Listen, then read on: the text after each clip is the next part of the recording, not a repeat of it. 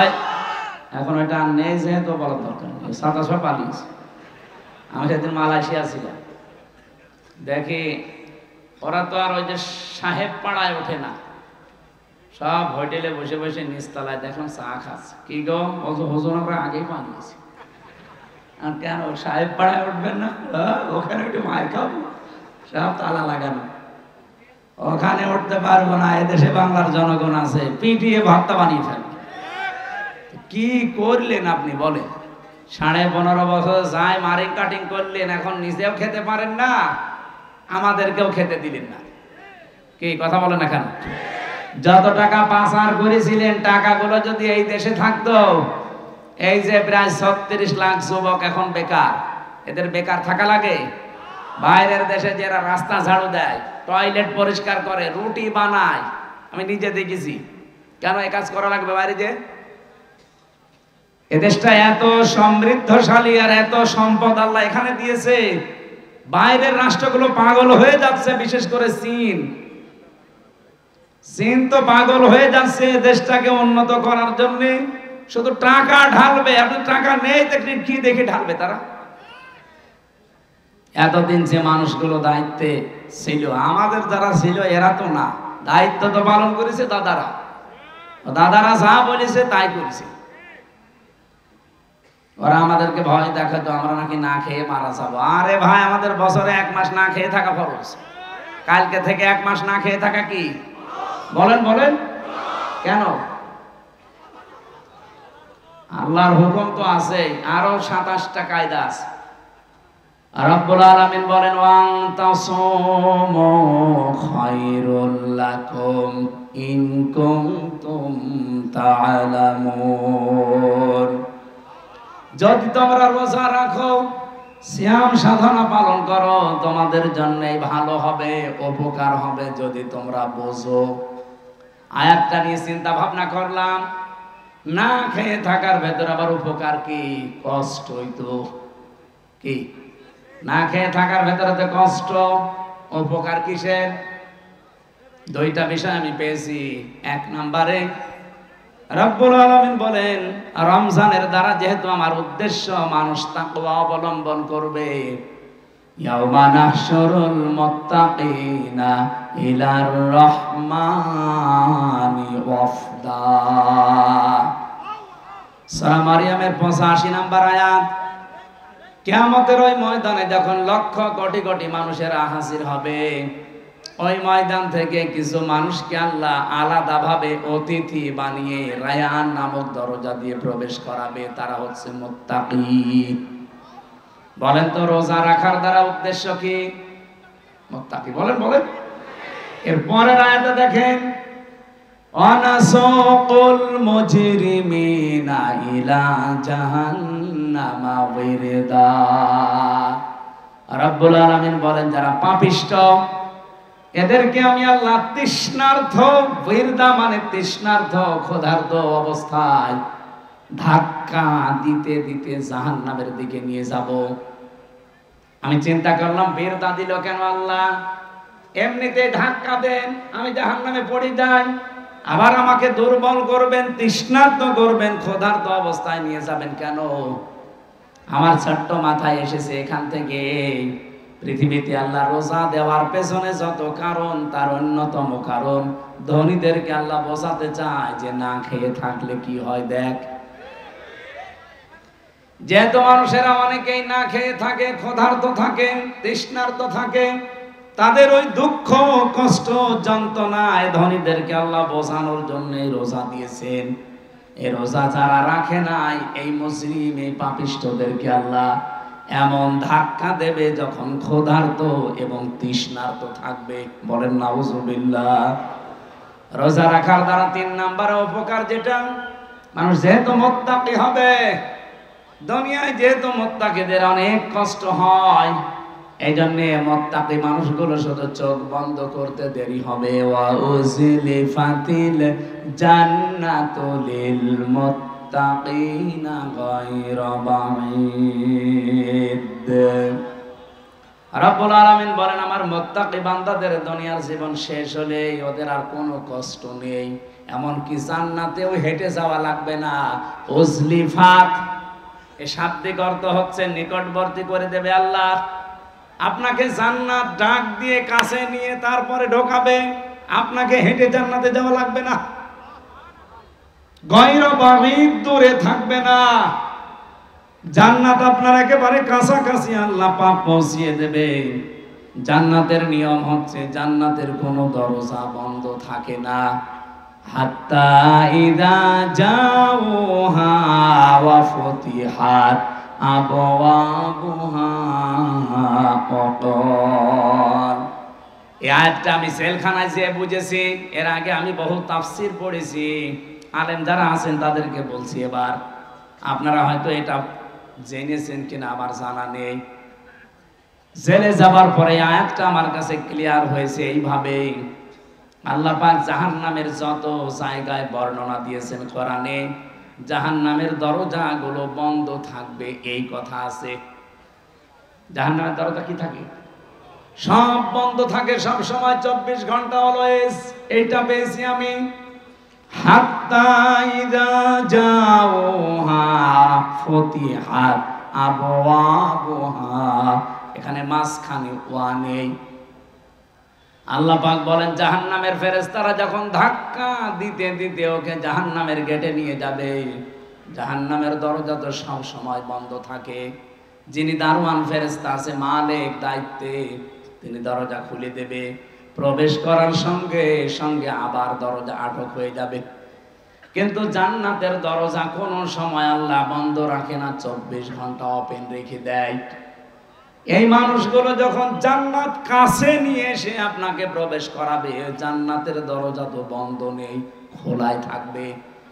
জেলখানায় গিয়ে আজটা বুঝলাম এইভাবে। আমি এর আগে জানতাম না যে জেলখানা এভাবে 24 ঘন্টায় বন্ধ থাকে, কিন্তু এখন দেখলাম যে জেলখানা কিন্তু 24 ঘন্টা তালা লাগানো। যখন কাউকে নিয়ে যায় তালা খুলে ভেতরে ঢুকিয়ে দেয়, আবার যখন ভেতর থেকে আসবে কেউ বের হলে আবার বন্ধ করে দেয়। জাহান্নাম আল্লাহ কিন্তু 24 ঘন্টা পাহারাদার দিয়ে বন্ধ করে রাখে দরজা।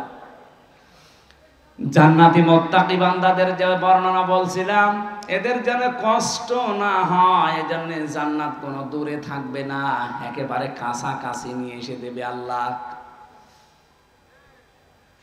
27টা উপকারের কথা আমি তাফসিরে মাযহারিতে পড়েছি। আমি আলেমদেরকে বলছি নোট করে আপনি নিজে মানুষকে শোনাবেন।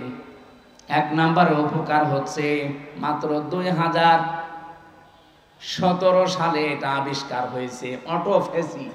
নাম শোনেননি? যেই বিজ্ঞানী এটা আবিষ্কার করেছে ইউশোনারি ওসামি, এর বাড়ি জাপানে। চিকিৎসা বিজ্ঞানের উপরে গবেষণা চালিয়ে একটা নোবেল পর্যন্ত পেয়েছে, নোবেল পুরস্কার। 2017 সালে মানে চিন্তা ভাবনা করেছে মানুষের এই শরীর নিয়ে। পুরা বডির ভেতরে 2 কোটির উপরে কোষ তিনি পেয়েছেন। কত কোষ পেয়েছেন? 2 কোটি। কিন্তু এই 11-12 মাসে একাধারে মানুষ যখন খাবার খেতেই থাকে, তখন ওই পাশাপাশি কিছু কোষ তৈরি হয়। ওই কোষগুলো শরীরের এই 3.5 হাত বডিতে 2টা ক্ষতি করে। 1 নম্বরে আপনার শরীরে হয় ক্যান্সার হবে, নাই টিউমার হবে। বিজ্ঞান এখন 5.5 কেজি রক্ত পেয়েছে আমাদের শরীরে। এই 5.5 কেজি রক্তের ভেতরে 5 প্রকার ক্যান্সার হয়, আর টিউমার হয় 3 জাতের। হয়তো কোনোটা ফুলে ওঠে, কোনোটা ভেতরে থাকে, কোনোটা ফলেও না ভেতরেও থাকে না, রক্তের সাথে আস্তে আস্তে মিশে যায়। এই যে কোষ যেগুলো বৃদ্ধি হয়েছে 11-12 মাস ধরে, এইগুলোর কারণে এই সমস্যাটা তৈরি হয়। চিন্তা করলেন কিভাবে এই কোষ থেকে মানুষকে মুক্ত করা যায়। তিনি 13 বছর একাধারে গবেষণা করেছিলেন। সর্বশেষ তার গবেষণা এটা এসেছে যে 12 মাসের যদি একটা মাস কেউ দিনের বেলা না খেয়ে থাকতে পারে, 29 কি 30 দিন একাধারে, আসল আল্লাহ যে কোষ দিয়েছিলেন 2 কোটি, বাকি যে কোষগুলো বৃদ্ধি হয়েছে ওই কোষ যখন কিছু খেতে না পায় তখন ওই পাশেরটা খাওয়া আরম্ভ করে। আল্লাহর দেওয়া কোষগুলো এই অটোমেটিক তৈরি হওয়া কোষগুলোকে খেতে খেতে 30 দিনে পুরাটা সাবাড় করে ফেলে। 30 দিন যদি একাধারে খেতে থাকে ওর শরীরে অতিরিক্ত আর একটা কোষও বাকি থাকে না। তার মানে কোষ যখন অতিরিক্ত নেই, আপনি ক্যান্সার থেকে বেঁচে গেলেন, আপনি টিউমার থেকে বেঁচে গেলেন। চিন্তা করছে এই তথ্যটা পৃথিবীর কোন ধর্মে আছে কিনা দেখি। 4500 ধর্মীয় গ্রন্থ দুনিয়ায় আছে এখন, উনি সবগুলো একটা একটা করে মিলিয়ে না, কোন গ্রন্থে এই তথ্য নেই। সর্বশেষ মুসলমানদের ধর্মীয় গ্রন্থ কোরআন, এইটা তিনি পেয়েছেন।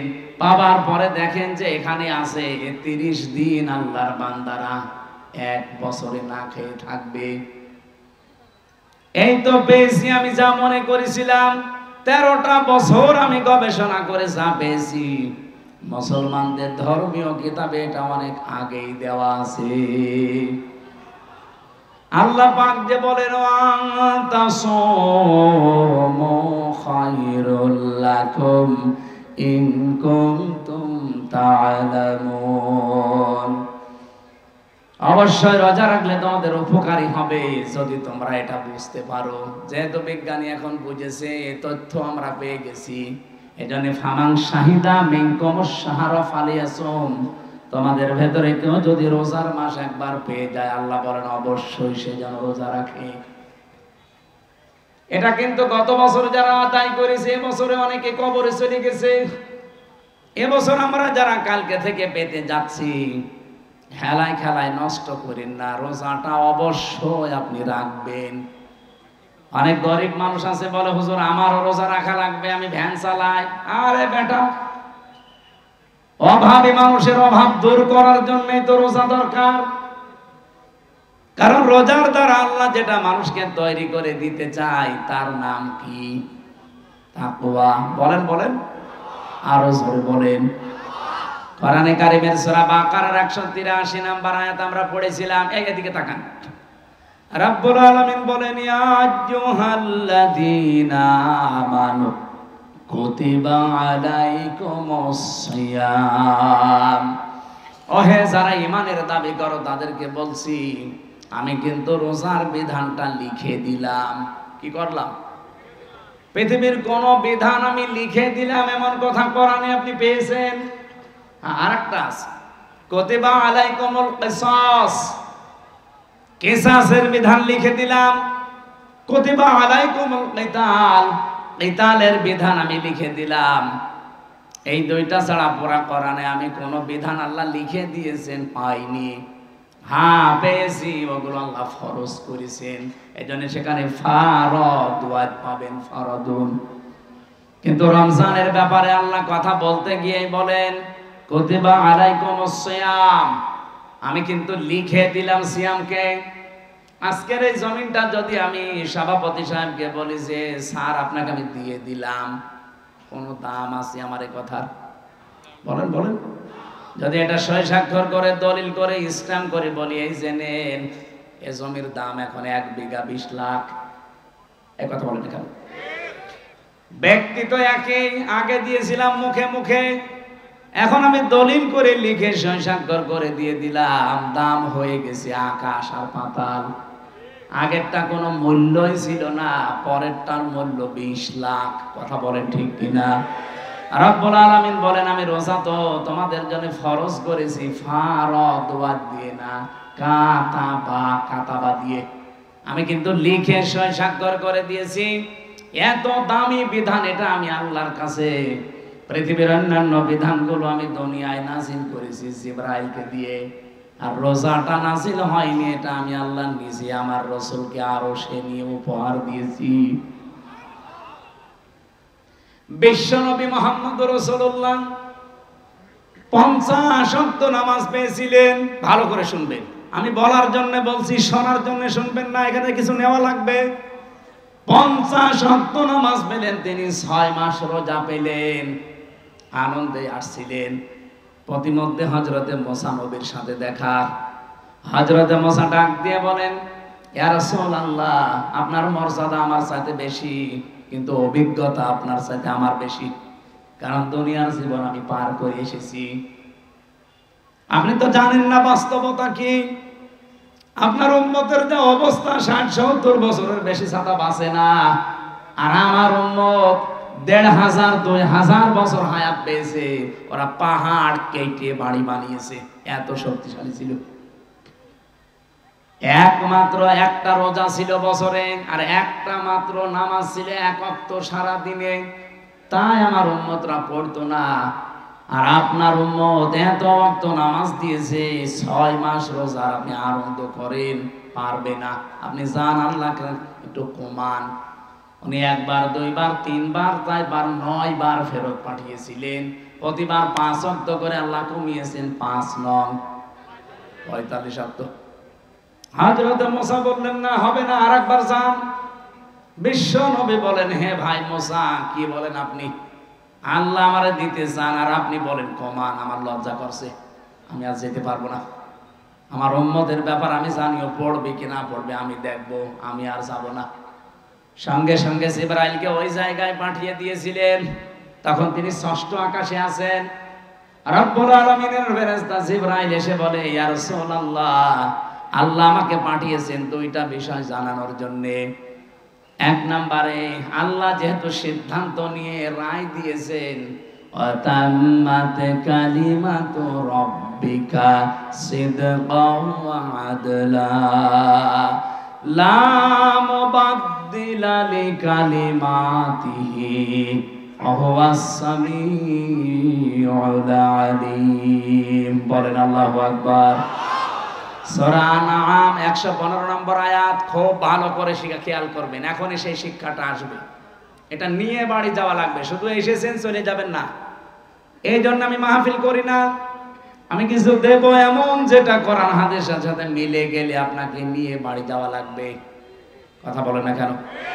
এখানেই রেখে চলে যান, তাহলে আপনার ওয়াজ শুনতে আসার দরকার কি? বলেন তো, বাড়ি নিয়ে যাবেন কিনা? এই বাড়ি নিয়ে যাবেন না? আওয়াজ পাওয়া যাচ্ছে না, যাবেন? রব্বুল আলামিন 1 নম্বরে বলেন, আমার কোরআনে যত তথ্য আছে সব সত্য। 2 নম্বরে যত তথ্য আছে সব ইনসাফপূর্ণ। 3 নম্বরে আমার কথা কোনোদিন রদবদল হবে না, পরিবর্তন হবে না। আল্লাহর কথা যেহেতু পরিবর্তন নেই, আপনি বারবার এসেছিলেন, এই জন্য আপনার কনসিডারের কারণে আল্লাহ কমিয়ে দিয়েছেন। আল্লাহ যেহেতু ওটা লিখে ফেলেছেন একবার, ওটার পরিবর্তন রদবদল হয় না। আপনার উম্মতদেরকে বলে দেবেন, যদি তারা 5 ওয়াক্ত নামাজও সঠিকভাবে শিক্ষা নিয়ে পড়তে পারে, আর 1 মাস রোজা যদি হক আদায় করতে পারে, আল্লাহ পাক তাদেরকে 6 মাস রোজা রাখা 50 ওয়াক্ত নামাজ পড়ার সওয়াব দিয়ে দেবে। সেই উম্মত আমরা, সেই রোজা আমাদের সামনে। বগুড়াবাসী, এখান থেকে 3 নাম্বার যে কায়দাটা, লা মুবাদদিলা লিকালিমাতি, যেটা জিবরাইল আলাদা ভাবে শুনিয়েছেন, হে নবী, আপনার শুধু কনসিডারের কারণে আল্লাহ কিন্তু কমিয়েছে, কিন্তু সওয়াব কমাবে না। যদি 5 ওয়াক্ত হক আদায় করে পড়তে পারে, রোজা রাখতে পারে, আমি আল্লাহ ওইটাই রাখবো যেটা আগে দিয়েছিলাম। কারণ আল্লাহর কথায় কোনো পরিবর্তন, জোরে বলা লাগবে, আল্লাহর কথায় কোনো পরিবর্তন। তো বাংলাদেশের এমন এমন রায় আমরা 15 বছরে দেখলাম, যেটা পরিবর্তন অলরেডি হয়। এক কথা বলছে না কেন? এটিএম আজহারুল ইসলামের রায় দিয়েছিল যারা, শুনলাম নাকি কিয়ামত হয়ে গেলেও পাল্টাবে না, অথচ 3 দিন আগেই পাল্টিয়ে গেছে। এখন কিন্তু মঞ্জুর হয়েছে, উনি রিভিউ করতে পারবে, উনি শুনানি করতে পারবে। তার মানে এতদিন যা রায় ছিল, বোঝা যাচ্ছে এগুলো সব মিথ্যা। আমার মনে হয় এই সালাউদ্দিন কাদের চৌধুরী, মাওলানা মতিউর রহমান নিজামী, এই মানুষগুলো যদি এখন বেঁচে থাকতেন, আর যদি আগস্টের 5 তারিখের পরে যে পরিবর্তন দেখতে পাচ্ছি, ওনাদেরটাও এখন খারিজ হয়ে যেত, এখন আবার ওনাদের জামিন মঞ্জুর করানো যেত। হ্যাঁ, কিছু বদনসিব মানুষ আছে যাদের ভাগ্য খারাপ, এই মানুষগুলো এখন আরম্ভ করেছে এই 25 তারিখের পর থেকে যে না, ওনার সাজা হয়ে গেছে, ওনার মঞ্জুর করা ঠিক হয়নি। সাজা হয়ে গেলে যদি তার এটা আপিল ডিভিশনে মঞ্জুর করা ঠিক না হয়, তার এক জিয়া সাহেবের 9 বছর সাজা হয়েছিল, তার স্ত্রীর 3 বছর সাজা হয়েছিল। এই কথা বলছে না কেন? খালেদা জিয়ার 6 বছর সাজা হয়েছিল। কেন তাদেরকে সাজা থেকে মুক্ত করে মুক্ত জীবনে তাদেরকে ফিরিয়ে দেওয়া হবে? ওনাদের মামলা ইনাদের মামলা, সাজা তো সবারই এক। আপনি কেন পক্ষপাতিত্ব করেন? এই কথা যদি কেউ বলে, আল্লাহর অভিশাপ তার উপরে, তার বিবেক বুদ্ধি সব মারা গেছে। সালাউদ্দিন কাদের চৌধুরী চট্টগ্রামের, উনি বেঁচে থাকলে এখন মুক্ত জীবনে ফিরে আসতে পারতেন। আমার যতটুকু বাস্তবতায় ধারণা, হাসিনার আমলে 15.5 বছরে যারাই মিথ্যা মামলা, মিথ্যা সাক্ষীর কারণে জীবন নষ্ট হয়েছে, কোনো বিচার লাগবে না, কোনো রায় লাগবে না, সব ছেড়ে দেওয়া লাগবে। কিসের বিচার? ও তো সব বানিয়ে বিচার করেছিল। নয়তো খালেদা জিয়ার নামে যে মামলা দিয়েছে, আপনি বলেন তো, এতিমের টাকা আত্মসাৎ করা মামলা, এই টাকা আরো 6 ডবল বৃদ্ধি হয়েছে, তারও নোবেল দেওয়া দরকার, আর তারে আরো 6 বছর জেলে দিয়েছে। এগুলো কেন দিয়েছে? এক কাপড়ে তারে বাড়ি থেকে বের করে তারে 6 বছর জেলে, এমনকি এই কঠিন অবস্থায় তারে ফেলে রাখা ট্রাক দিয়ে বাড়ির সামনে, সবগুলো হাসিনার শুধু রাগের বহিঃপ্রকাশ। ও কিন্তু অলরেডি বলেও ফেলেছে যে আমি ওই বাড়ি থেকে খালেদাকে তাড়িয়ে দেব, একবার নিয়ত করেছিলাম, সেই নিয়ত উনি দেখালেন। ম্যাডাম ওই দিন এক কাপড়ে বের হয়ে যে কান্নাকাটি করেছিল, তামাম দুনিয়া কেঁদেছে তার কান্না দেখে। অথচ এখনো পর্যন্ত অনেক মানুষ বলছে না, ওগুলো সব ভুলে গেছি, বাবা শাহজালাল সব হালাল। হালাল করবে? হালাল করে কি হয়েছে ইতিহাসে? 54 বছরের দিকে তাকান, কি হয়েছে আপনি টের পাচ্ছেন? 75 সাল থেকে শুরু করে আপনি তাকান, যাদেরকে এভাবে হালাল করেছেন তারা কি বাঁশটা দিয়েছে। বাঁশ দেওয়ার সময় তো একটু চেঁচে ছুলে দেয়, তাও দেয়নি, পুরাটাই দিয়েছে।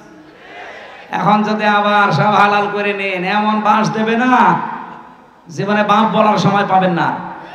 সুতরাং আল্লাহ যখন অলরেডি একটু সময় করে দিয়েছে, একটু দেখার চেষ্টা করেন বাংলাদেশে আল্লাহর বিধানটা কায়েম হলে কেমন দেখা যায়। সবই তো দেখলাম, কিছুই তো হয়নি। দল মত নির্বিশেষে এটা করা দরকার না? 50 ওয়াক্ত নামাজ দিয়েছিল, 50 ওয়াক্ত নামাজ শুধু পড়ার জন্য আল্লাহ দেয়নি, বলেছিল নামাজ কায়েম করবা। এখানে পড়া কোরআন শরীফের ভেতরে এক জায়গায় আছে মাত্র নামাজ পড়ার কথা। কয় জায়গায়? কোন জায়গায়? ফাসাল্লি রাব্বিকা, ফাসাল্লি পর্যন্ত ঠিক আছে। বাংলাদেশে বহু মানুষ নামাজ পড়ে, কি করে?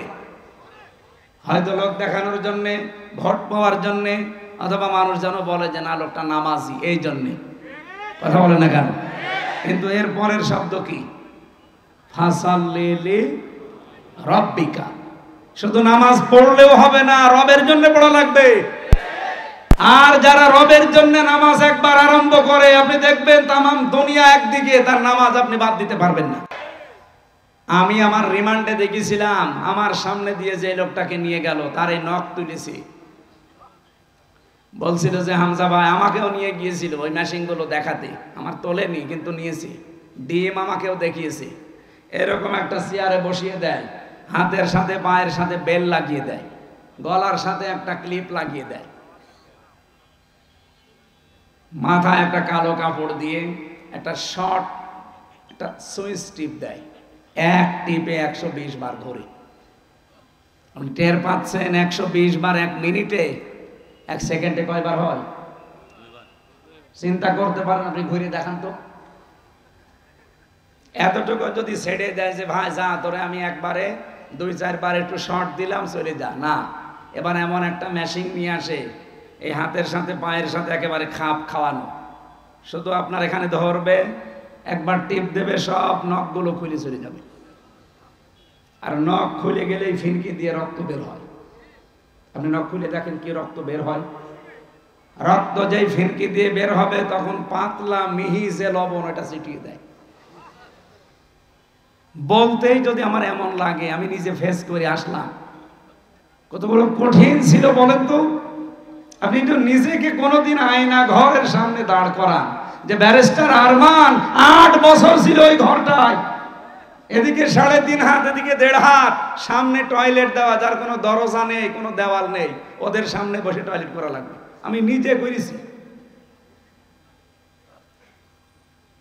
জেলখানায় তো তাও অন্তত 1-1.5 হাত টয়লেটের দরজা দেওয়া আছে, আর ওখানে কোনো দরজা নেই, আবার পার সাথে চেন বাঁধা থাকে।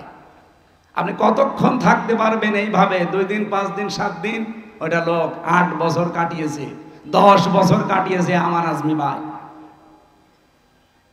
এখনো পর্যন্ত অনেকে জালেমের সাফাই গায় আর বলে না এটিএম আজহারুল সাজাপ্রাপ্ত মানুষ, ওনারে মামলায় জামিন দেওয়া হবে কেন? ওরে জবাই করা দরকার। শয়তান হাসিনার আবার মামলা কিসের? ও তো যা করেছে সব রাগে পড়ে ওর বাবার ওই হত্যার প্রতিশোধ নেওয়ার জন্য। ওর বাবার নাম শুনলে আজ পর্যন্ত কোন মানুষ এ কথা বলেছে যে শহীদ বঙ্গবন্ধু? না, আমি পাইনি।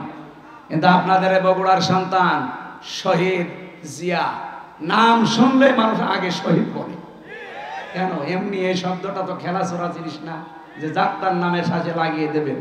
শহীদ হওয়া কত বড় দামি জিনিস আল্লাহর কাছে জানেন? শহীদরা মরে গেছে কথা বলা নিষেধ, শহীদরা মরে গেছে ধারণা করাও নিষেধ। কত দামি শব্দ! এই জন্য আমরা শহীদ বঙ্গবন্ধু আজ পর্যন্ত কারো মুখে শুনি না, কেউ বলেও না। হ্যাঁ, এতটুকু বলে যে ওনারে ওইভাবে মারা ঠিক হয়নি, ওনারে টুকরো টুকরো করার দরকার ছিল। কিন্তু শহীদ জিয়ার নাম শুনলে আপনি বলেন, নাম শুনলে আগে মানুষ শহীদ বলে। উনি যে কাজটা করে দিয়েছিলেন আরাফাতের ময়দানে, ওনার জীবনে কি কবুল হবে না হবে আমি জানি না, তবে এই কাজটা আমার মনে হয় আল্লাহর ভালো লেগেছে। লক্ষ লক্ষ মানুষ সেখানে যে ছায়ায় আশ্রয় পায়, আমি নিজেও সে আশ্রয় ছিলাম ছায়ায়। মন থেকে এমনি দোয়া আসে, আল্লাহ এই ছায়াটা যিনি দিলেন তৈরি করে, তার মাথার উপর তোমার কুদরতের ছায়া তুমি দিয়ে দিও। আরাফাতের ময়দানে হাসিদের দোয়া আল্লাহ ফেরত দেয় না, কবুল হয়। লক্ষ লক্ষ হাসিরা এই দোয়া করে শুধু ওই নিম গাছের জন্য, কবুল হবে না? আমিও মন থেকে লোকটার জন্য শ্রদ্ধা এবং সম্মান নিয়ে দোয়া করি, আল্লাহ যেন শহীদ জিয়াকে শহীদ হিসাবে কবুল করে এবং তাকে যেন মাফ করে দেন। বলেন আমিন। এই জিয়া পরিবারটা আপনারা জানেন একটা মাজলুম পরিবার। তার একটা ছেলেকে মেরে ফেলেছি, বউটাকে জেলে রেখেছিল, একটা ছেলে তো বাইরে। কত বড় কঠিন পরিস্থিতি পার করলো, অথচ এই দলের ভেতরে এখন বাম আর রাম 2 গ্রুপ হয়ে একটা অলরেডি দাদা বাবুদের সাথে বাবা শাহজালাল সব হালাল করার চেষ্টায় আছে। তার একটা গ্রুপ যেটা ডানপন্থী, এত কঠোর, কোন ভারত না কোন পাকিস্তান না, এই দেশ চলবে আমাদের নিজেদের ভোটে। আর আমরা এইটা চাই। এদেশের মাতব্বরে কোনো ভারত না, কোনো চীন না, কোনো পাকিস্তান না, কোনো সৌদি আরব না, এখানে চলবে আমাদের মন মতো। যেহেতু 96% মুসলমান এখানে আমরা বাস করি, আমরা আল্লাহর গোলাম পরিচয় দেই, সুতরাং আমরা আল্লাহর বিধান এখানে চাই। এ ব্যাপারে কারো যদি দ্বিমত থাকে হাত তোলেন, তোলেন। নিরপরাধ কোন মানুষকে এই 15.5 বছরে যাই করেছেন, নিরপরাধ কোন মানুষকে আমরা আর নিরপরাধ কোন মানুষকে 1 সেকেন্ডও জেলে রাখতে চাই না। এই জন্য 15.5 বছরে যারা মিথ্যা মামলার আসামি, যারা মিথ্যা সাক্ষীর জন্য জীবনটা শেষ করে দিল, আমরা চাই কোনো বিচার করার দরকার নেই। আইন মন্ত্রণালয়ের যিনি দায়িত্বে আছেন, আপনি ঢাকা ভার্সিটির একজন শ্রদ্ধাভাজন স্যার, আপনার সম্পর্কে অনেক কিছু তথ্য এখন সামনে আসছে। আশা করছি সাপ তুলতে যে কি কেঁচো ফুটতে যে আবার সাপ বেরিয়ে যেন না আসে। এটা আমার সামনে শুধু 10,000 20,000 মানুষ না, এখন 18 কোটি মানুষ আমার সামনে, এটা রেকর্ড হচ্ছে, সারা দুনিয়া চলছে। সবার পক্ষ থেকে আমি আহ্বান জানাচ্ছি আমার ইমানের দাবি থেকে, এটিএম আজহারুল ইসলামকে নিঃশর্তে মুক্তি দিয়ে তার কাছে ক্ষমা চাওয়া হোক। এই কথা বলেন না কেন? এই বৈধ দাবিতে আপনারা নেই? কারা আছেন দেখি তো ভাই? লিল্লাহে তাকবীর। দেখেন তো হাত তোলেনি কে?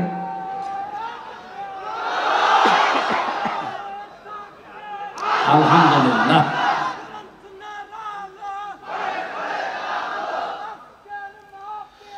আমার ভাইরা,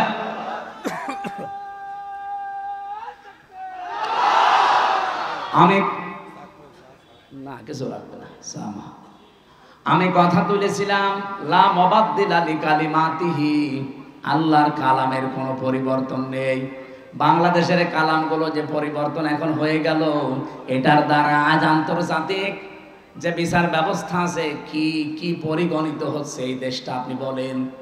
সারা বিশ্ব থেকে দেখেন ধিক্কার আসবে যে এই যে বানানো বিচার ব্যবস্থা, ট্রাইব্যুনাল, সবগুলো একজনের আদেশে চলেছে, আর ওনাকে আদেশ দিয়েছে ওনার দাদারা। কথা বলেন না কেন? কি মান থাকলো দেশের? আমাদের দেশটা ডুবিয়ে ফেলেছে একেবারে। সারা দুনিয়া থেকে এখন কিন্তু কথা অলরেডি আসতেছে যে তাহলে এটিএম আজহারুল ইসলামকে যদি সত্যি এখন রিভিউ মঞ্জুর করে, তাহলে এর আগের গুলো এরকমই ছিল। এটা তো সব দেখছি বানানো ছিল। ট্রাইব্যুনালও বানানো, বিচারপতিও বানানো, সাক্ষীও বানানো, প্রসিকিউটর বানানো। এই কথা বলছেন না কেন? যিনি বাদী মামলার তিনিও বানানো। কারণ যাদেরকে সাক্ষী দেওয়ার জন্য নিয়েছে, শুনলাম নাকি একজন সাক্ষীর বয়স, উনি জন্মই নিয়েছে 1974 সালে আর সাক্ষী দিয়েছে 1971 সালে। তার মানে পেটের ভেতরেও আসে নাই, তখনই সাক্ষী দিয়ে ফেলেছে। এটা যে পুরা একটা বানানো শখ ছিল, এ দেশের মানুষ এখন একেবারে 100% বুঝে ফেলেছে। আল্লাহর নবীর এই হাদিস থেকে যে বর্ণনা দিচ্ছিলাম, 6 মাস রোজা কিন্তু লিখিত ছিল, কোন রদ বদল আছে? বলেন বলেন। আল্লাহ পাক বলেন আপনার উম্মতদেরকে আপনি দ্বিতীয় এইটা জানাবেন, সত্যি ওরা যদি 1 মাস হক আদায় করে রোজা রাখতে পারে, আমি আল্লাহ পাক গ্যারান্টি দিলাম 6 মাস রোজা রাখার পুরা সওয়াব আমি দিয়ে দেব। এখন হক আদায় করে এই রোজাটা কি? বিশ্বনবী বলেন মান সামা রমাদানা ঈমানা ওয়া ইহতিসাবান গফিরা লাহু মা তাকদ্দামা মিন যামবি। এদিকে তাকান, এখানে শিক্ষা আছে।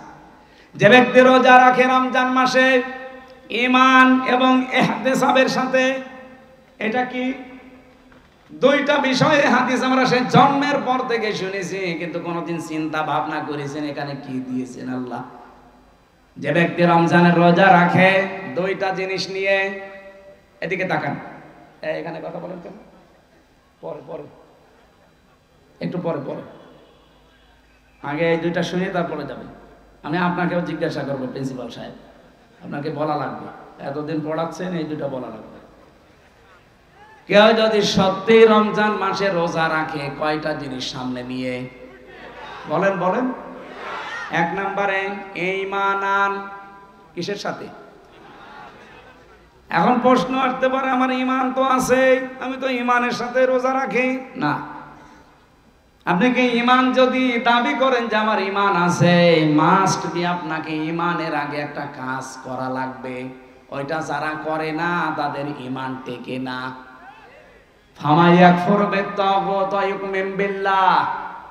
আল্লাহ পাক নিজে বলেন সূরা বাকারা 256 নম্বর আয়াতের মাঝের অংশে আছে, কেউ ঈমান আনতে চাইলে তার প্রথম কাজ হবে সে যেন তাগুতকে ছেড়ে দেয়। তাগুত কাকে বলে? তাগুতের অর্থ 4টা। 1 নাম্বার তাগুত হচ্ছে ওই শক্তি যে আল্লাহর হুকুম নিজে মানে না, অন্য কেউ মানবে, মানতেও দেয় না। বলেন তো এই তাগুত পৃথিবীতে নেই? হ্যাঁ বলেন না কেন? চারিপাশে আমাদের এই শক্তি আছে, নিজেও মানে না, কেউ মানবে, মানতেও দেয় না। 2 নম্বরে তাগুত শয়তান। 2 নম্বরে কি? 3 নম্বরে তাগুত মানুষের তৈরি করা আইন। এটা আপনার ঘা লেগে গেল না? আমি কি গোপন করে দেব?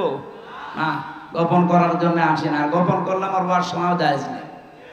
সুতরাং মানুষের তৈরি করা আইন যারা দুনিয়ায় প্রতিষ্ঠা করার কাজ করেন, আপনি কিন্তু তাগুত, আপনার ঈমান এখনো আনাই হয়নি। আর আপনার এই যে ঈমান দিয়ে আপনি রোজা রাখবেন, রোজার যে পরবর্তী শব্দ গফিরা লাহু মা তাকদ্দামা মিন যামবি, আপনার সব অপরাধ আল্লাহ মাফ করে দেবে। দেবে কি করে? আপনি তো রোজা রেখেছিলেন ঈমান ছাড়া। আপনি কি মনে করেন যে পৃথিবীর অন্যান্য ধর্মে যারা আছে তারা রোজা রাখে না? আমি বাইরের দেশগুলোতে ইহুদিদের সাথে মিশেছি, খ্রিস্টানদের সাথে মিশেছি, বৌদ্ধদের সাথে মিশেছি, আর মুশরিক তো পাশেই আছে। এদের সাথে তো পিরায় পিরায় দেখা হতো আগে, কারণ বাংলাদেশের ছাড়া আমার বেশি অনুষ্ঠানগুলো ভারতে হয়েছে। আশপাশে কোনো প্রদেশ আমার বাক নেই। এই জন্য আপনাদের চাইতে ওদের সাথে আমার মেলামেশা বেশি আছে। দেখেছি এই বিশ্বের যে কয়টা নাম বলছি, প্রত্যেক জাতি কম বেশি রোজা রাখে, কিন্তু তাদের রোজা আমাদের আল্লাহর নির্দেশ এবং রসুলের দেখানো পথে না। খ্রিস্টানরা রোজা রাখে, ওরা ইফতারি করে না। ইহুদিরা রোজা রাখে, ওরা সেহরি করে না। আর হিন্দু যারা কেউ মরে গেল, ওরাও রোজা রাখে, উপোস থাকে, ওরা সেহরিও নেই, ইফতারিও নেই। কিন্তু আমাদের নবী যে আনন্দের কথা জানিয়েছেন, লিসাইমি ফারহাতান, ফারহাতুন ইনদা ফিতরিহি ওয়া ফারহাতুন ইনদা লিকাই রাব্বিহি, ইবনে মাজাহ শরীফের হাদিস। নবীজি বলেন প্রতিটি রোজাদারের জন্য দুইটা আনন্দের জায়গা আছে। এক নম্বরে ও যখন ইফতারি নিয়ে বসবে সারা দিনের পরে, তখন একটা আলাদা আনন্দ আল্লাহ তাকে দান করবে। দুই নম্বরে যখন রোজাদাররা রায়ান নামক দরজা দিয়ে প্রবেশ করে আল্লাহর সাক্ষাৎ পাবে, এটা সবচাইতে বড় আনন্দের বিষয়। অন্যান্য জাতির রোজা কি আমাদের মতো? বলেন বলেন। প্রথম নম্বরে কি বললাম? রোজা রাখতে হলে আপনাকে এক নম্বরে ঈমান আন, ঈমানের সাথে। আর ঈমান আনতে হলে আগে আপনাকে তাগুত ছাড়া লাগবে। যারা আল্লাহর বিধান মানে না, মানতে দেয় না, এটা মাইনাস, শয়তান মাইনাস। এখন যদি বলেন শয়তান পাবো কোথায়? আছে, শয়তান নেই? যারা অহংকার করে তারা শয়তান, যারা অপচয় করে তারা শয়তান, যারা যৌনতা ছড়ায় তারা শয়তান। এরকম সৃষ্টিতে নেই। আসতে বলেন কেন নেই? শয়তান খোঁজা লাগে। শয়তান তো তারা যারা অহংকার করে, শয়তান তারা যারা অপচয় করে, শয়তান তারা যারা নিজেদেরকে যৌন অঙ্গ যেগুলো গোপন রাখা দরকার এগুলো মানুষকে দেখায়। শয়তান খোঁজার জন্য আমেরিকায় যাওয়া লাগবে। এ বগুড়াতেও শয়তান আছে না? এইগুলো থেকে মুক্ত হবে। তিন নম্বরে মানুষের তৈরি করা আইন যারা কায়েম করতে চায় এরা শয়তান। এই তাগুতের সাথে যারা আছেন তাদের রোজা হচ্ছে না। এগুলো ছেড়ে দিয়ে রোজা রাখেন, ঈমান হইল। দুই নম্বরে ইহতিসাবান। ইহতিসাব মানে এটা হিসাব থেকে এসেছে। আপনাকে একেবারে পঙ্খানো হিসাব নিকাশ করে করে সামনের জীবন আপনি চালাবেন। কি দিয়ে? অল ফুরকান। কোরআনের 55টা নাম আছে, তার একটা নাম হচ্ছে ফুরকান। নাম কি? সত্য মিথ্যা পার্থক্য করে বাকি জীবন আপনাকে চালানো লাগবে। আমি বলেছিলাম না আজকে একটা ফরজ জানাবো, আর সব ফরজের বড় ফরজ জানাবো।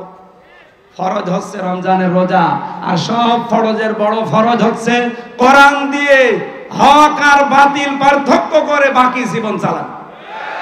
এই ফরজটা মানা যাবে না, এইটা এখন দরকার। রমজান আসবে, চলেও যাবে 30 দিন পর, কিন্তু আপনি যদি হক আর বাতিল পার্থক্য করে কোরআন দিয়ে জীবন চালাতে না পারেন, আপনার বড় ফরজ আদায় হয়নি, কিয়ামতে ধরা খাবে। আল্লাহ তাআলা এগুলো এমনি দেয়নি আপনাকে। ইউরিদুল্লাহু বিকুমুল ইসরা ওয়ালা ইউরিদু বিকুমুল উসরা ওয়ালিতুকমিলুল ইদ্দাতা ওয়ালিতুকাব্বিরুল্লাহা আলা মা হাদাকুম ওয়া লাআল্লাকুম তাশকুরুন। ইয়াদের ব্যাখ্যা আমি পড়েছি। এই আমার উপরে কথা বলে কারা কইরা? শেষ করে দেব নাকি? বেশি রাত হয়ে গেছে, সেহরি খাওয়া লাগবে আজকে নাকি? সেহরি কালকে, ইনশাল্লাহ কালকে। আর একটু কথা বলবো না শেষ করে দেব? রোজা রাখাই লাগবে, মাস্ট বি। আর হক আর বাতিল পার্থক্য করে কোরআন দিয়ে সামনের জীবন চালানোই লাগবে। তাছাড়া রোজার কোনো উপকার আপনি পাবেন বলেন। রোজাদারের জন্য অন্যতম উপকার হচ্ছে আমাইয়াত্তাকিল্লাহা ইয়াজআল লাহু মাখরাজা। রব্বুল আলামিন বলেন, যদি রোজা রাখার দ্বারা মানুষ তাকওয়া অবলম্বন করে, এমন জায়গা থেকে আমি আল্লাহ তার রিস্কের ব্যবস্থা করি যার ধারণাও সে কোনোদিন করে নাই। আমি এরকম প্রায় 33টা বিষয় পেয়েছি আয়াতের।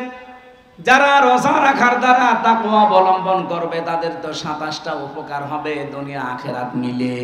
আর 33টার ভেতরে 1 নম্বরে হচ্ছে এমন জায়গা থেকে আল্লাহ তাকে বিপদে পড়লে সাহায্য পাঠাবে, ওর ধারণাও ছিল না যে এই জায়গা থেকে সাহায্য আসতে পারে। 1 নম্বরে পেয়েছি হযরত ইউসুফ আলাইহিস সালামের নাম। এটা সূরা ইউসুফে 12 নম্বর পারা 17 নম্বর পৃষ্ঠার 1ম নম্বর লাইনের 23 নম্বর আয়াতে পাবেন।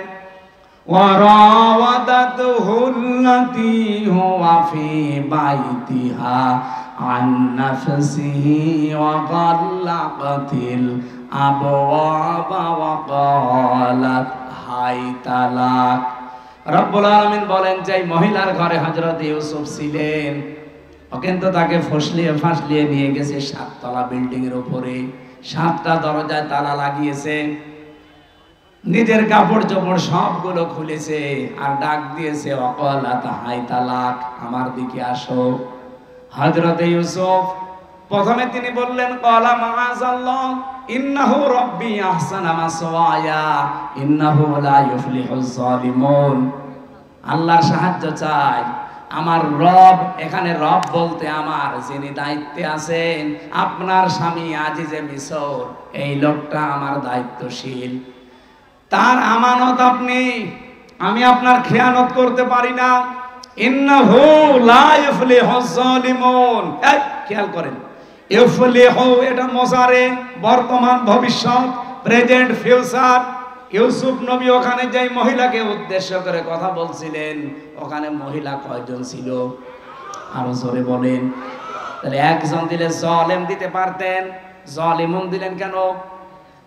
হযরত ইউসুফ যদিও জুলাইখাকে উদ্দেশ্য করে কথাটা বলতে চেয়েছেন, কিন্তু কিয়ামত পর্যন্ত হাজারো জুলাইখার বোন আসবে। কথা বলেন না কেন? হযরত ইউসুফ আল্লাহকে জানাতে চেয়েছিলেন এবং ওই মহিলাকে শোনাতে চেয়েছিলেন, কোনদিন কোন জালেম সফল হচ্ছে না, হবে না। ওই আয়াতটা কোরআনে এখনো আছে না নেই? আরো জোরে বলেন, আছে না নেই? সুতরাং যারা জালেম হবেন, চর্মচোখে মনে হবে হ্যাঁ অনেক কিছু পাচ্ছি, অনেক উন্নতি হচ্ছে, যদি জুলুম আপনার ভেতরে পাওয়া যায়, আল্লাহর কসম কোনদিন আপনি সফল হতে পারবেন না। যে জায়গার ইচ্ছা করেছিলেন ওখানে যাওয়ার আগে আপনার পতন হবে। পৃথিবীর কোন জালেম সফল হয়নি এর আগে, কোনদিন আর হবে?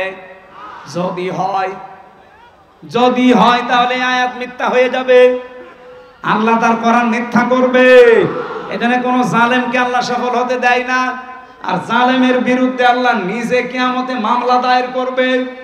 বাংলাদেশে 1628 জন মানুষ দায়িত্বে ছিল, এখনো 100 জনের প্রায় 90 জন ওই রকম মানুষই আছে, যারা এই 3টার নাম নির্বাচন করেছে, ডিসি, এসপি, টিওনো। আমার মনে হয় এগুলোকে সব এই মুহূর্তে ছাঁটাই করা দরকার। কারণ এরা যদি থেকে আবার নির্বাচন হয়, সংস্কার না করে ওই আবার দিনের ভোট রাতে হবে, আবার 154 জন হবে। এই কথা বলছেন না কেন? আমরা চাই এগুলো একটাও যেন না থাকে, যারা আছে সবগুলোকে বিদায় করেন। এই 15.5 বছরে যারা বৈষম্যের শিকার ছিল তাদেরকে নিয়ে এসে বসান। আমি কি বেশি বলছি? এটা না করে আবার নির্বাচন করেন, ওই আবার দিনের ভোট রাতে হয়ে যাবে। কারণ সেই ওসি, সেই ডিসি, সেই এসপি, সেই টিওনো এখনো পর্যন্ত আছে না। এই জন্য 1628টা চেয়ারে একটাও পুরাতন মানুষ থাকা যাবে না। গত কয়েকদিন আগে প্রায় 44টা ডিসি অলরেডি পাল্টিয়ে গেছে, তাদের অবসরে দিয়ে দিয়েছে বাধ্যতামূলক। ডক্টর মোহাম্মদ ইউনুস 2 নবীর নাম নিয়ে বসে আছে, মোহাম্মদ ইউনুস। কয় নবী? 2 নবীর নাম নিয়ে কাজ করছে যে না একটাও রাখবো না। যেগুলো জালেমকে সাহায্য করেছে একবারে 44টা ডিসি শেষ। বলছে আপনারা বাধ্যতামূলক অবসরে। বলছে না আমাদের তো এখনো বয়স শেষ হয়নি। বলে না, শেষ হয়ে গেছে। নির্বাচনের আগে হাসিনা যেমন করেছিল, চাচা এরশাদের কাছে যে বলছে আপনি অসুস্থ, বলছে কই আমি তো ভালো না, আপনি অসুস্থ, চলে হাসপাতালে ভর্তি করে একটা ইনজেকশন দিয়ে শুয়ে রেখেছে, থাক। আমার মনে হয় এটাই করা লাগবে। এই 1628টা যারা আছে একটাও আমরা দেখতে চাই না। আমি নাম নিলাম না, পাশের জেলা নাটোরের সর্বোচ্চ পর্যায়ে যিনি দায়িত্বে ছিলেন, উনি বৈষম্যের শিকার হয়ে 15.5 বছর ওএসডি হয়েছিলেন। পরবর্তীতে এসে একটা দায়িত্ব পেয়েছে, ওনার সাথে আমি গোপনে কথা বলছিলাম। উনি বলছিল হুজুর এখনো পর্যন্ত 100 জনের 90 জন ওই শয়তানরাই আছে। আপনারা আমরা চিল্লা পাল্লা করে কি ওগুলো পাল্টানো লাগবে কি? 9 দফার ভেতরে সংস্কার একটা নেই, কথা বলেন না কেন? আমরা চাই একটাও যেন না থাকে। নির্বাচনের আগে সব পাল্টাতে হবে, সব পাল্টিয়ে এরপরে নতুন মানুষ দিয়ে নির্বাচন করেন। এদেশে যারা যাবে তাদেরকে আমরা ওয়েলকাম জানাবো, কিন্তু জালেম হবেন না। যদি জুলুম করেন, হানিফের বাড়ির দিকে তাকান, কুষ্টিয়া জুলুম করার কারণে তার বাড়ি মাটির সাথে মিশে যায়নি, ওর পায়খানার প্যান পর্যন্ত মানুষ খুলে নিয়ে চলে গেছে। এজন্য আগামীতে যারা আসবেন চেয়ারে বসবেন, যদি জুলুম করেন কারো উপরে, 5 বছর পরে দেখবেন আপনার বাড়িও শ্মশান হয়ে গেছে।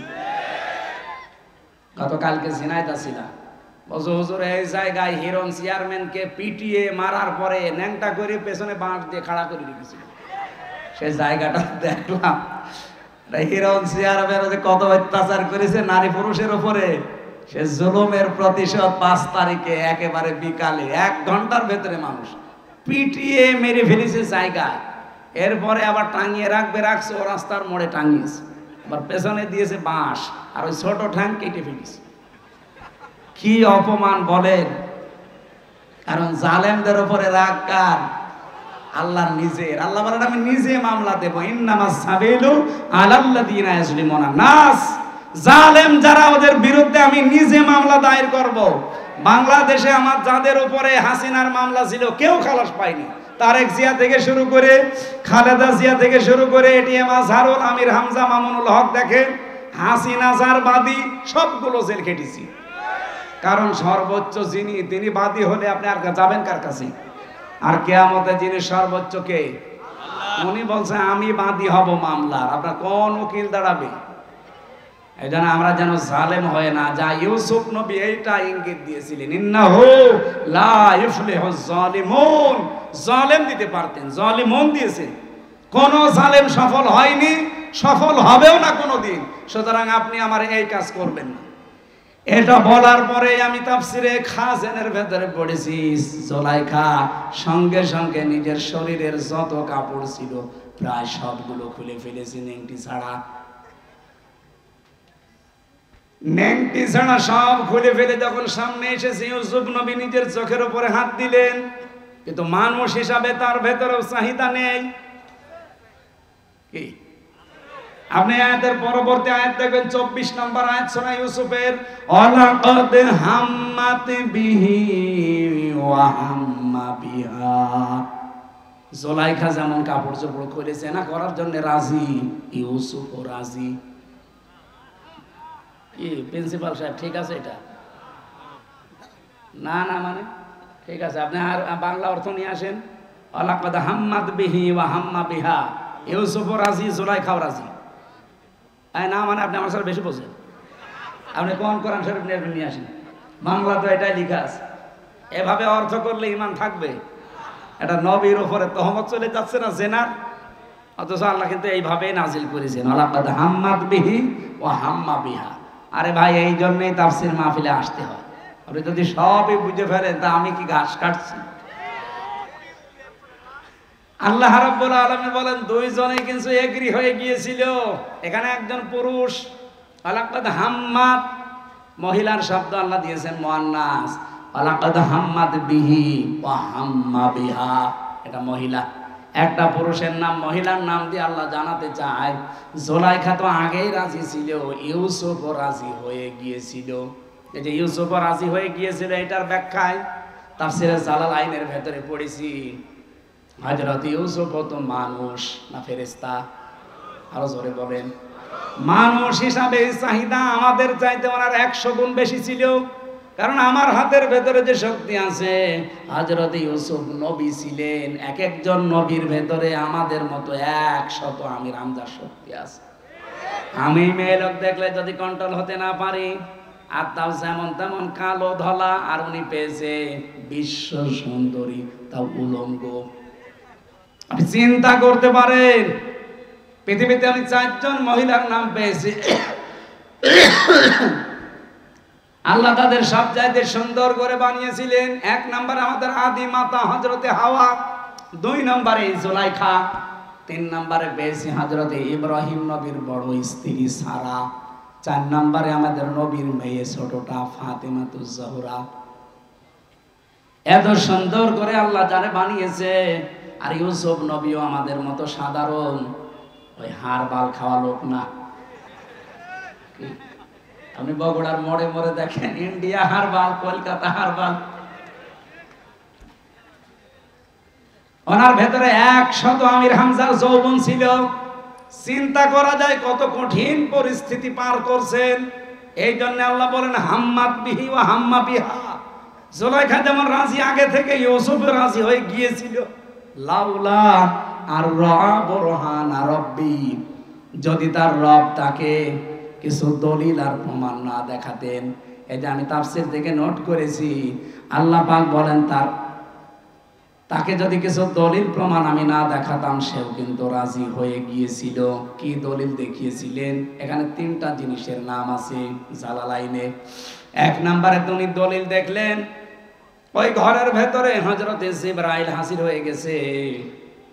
কেন হাজির হয়েছিলেন? 1 নাম্বার কারণ হচ্ছে এত কিছু সামনে পাওয়ার পরেও হযরত ইউসুফ এগিয়ে যাননি, উনি খালি পিছাচ্ছিলেন। আর জুলাইখা এগিয়ে যাচ্ছিল। এই যে পিছিয়ে ছিলেন, এতটুকু আল্লাহর ভালো লেগেছে। রব্বুল আলামিন এই জন্যই তার কাছে পাঠিয়েছে প্রথম একটা চিঠি। হযরত জিবরাইল মেলে ধরেছিল, আমি তোমার মালিক বলছি, তুমি কিন্তু জিনা করতে পারো না।